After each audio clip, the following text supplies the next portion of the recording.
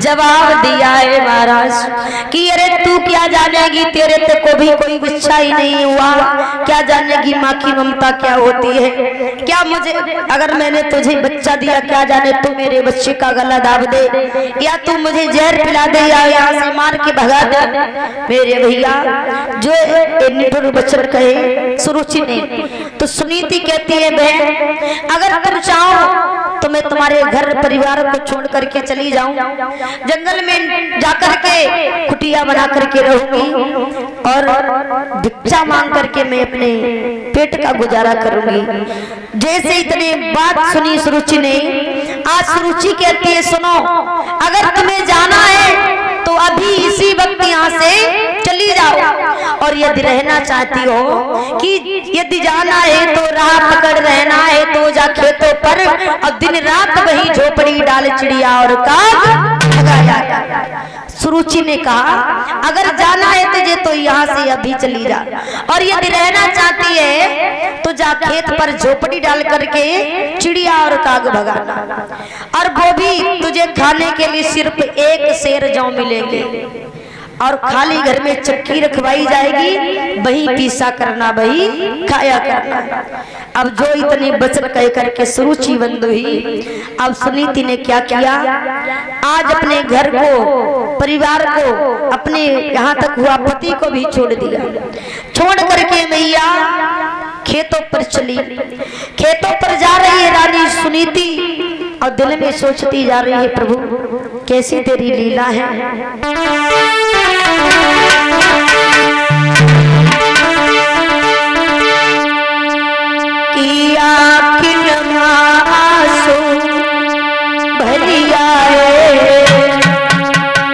और घर से महारानी चली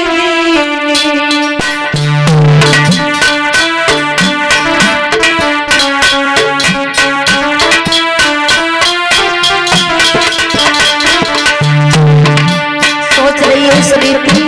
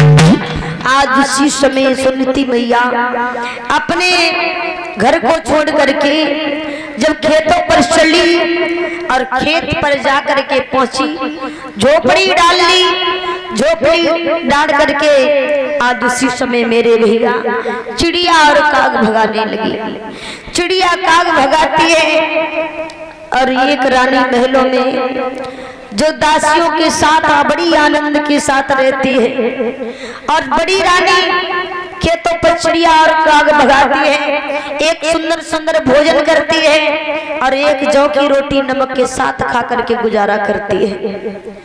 याद रखना भैया। कहते हैं जब प्राणी के सब सहारे छूट जाते हैं, जब अपने भी अपनों से रूठ जाते हैं, तो परीक्षित महाराज अंत में इंसान को आत्महत्या करने की सुहाती है। अब मैया ने दिल में विचार किया कि मेरा इस दुनिया में अब कोई नहीं है, पति भी छूट गया, घर भी छूट गया, खेत पर झोपड़ी डाल करके रहती है। अब सोचने लगी अब मैं जी करके क्या करूंगी, कहीं जाकर के मैं अपनी आत्महत्या कर लेती हूँ। तो वो मैया रात के अंधकार में उठ करके चली, मरने के लिए जा रही है। तो रास्ते में देवर्षि नारद आई और नारद ने आकर के रास्ता घेर लिया। नारद बोले खड़ी हो जाओ बेटी, अकेली इतनी रात को जंगल में कहाँ जा रही हो? तो आज मैया ने जवाब दिया बाबा मैं मरने के लिए आई हूँ। नारद बोले क्यों? क्योंकि महाराज मेरे कोई संतान नहीं हुई। तो उसी समय जवाब दिया है बेटी अगर तुम मर जाओगी तो क्या तुम्हारे संतान हो जाएगी? नहीं होगी, लौट जाओ। बोली नहीं जाऊंगी, क्योंकि कहते हैं परीक्षित महाराज कि जो लोग फांसी लगा करके मरते हैं, जेल खा के मरते हैं, आग लगा करके मरते हैं, मर तो जाते हैं लेकिन इनकी आत्मा को शांति नहीं मिलती। कब तक नहीं मिलती? जब तक इनकी आयु पूरी नहीं हो जाती, जिंदगी भर ये भटकते घूमते रहते हैं। तो इसी समय नारद जी ने समझाया है बेटी लौट जाओ और हम तुम्हें वचन देते हैं कि तुम्हारे एक बहुत सुंदर लड़का होगा। और वो लड़का कैसा होगा?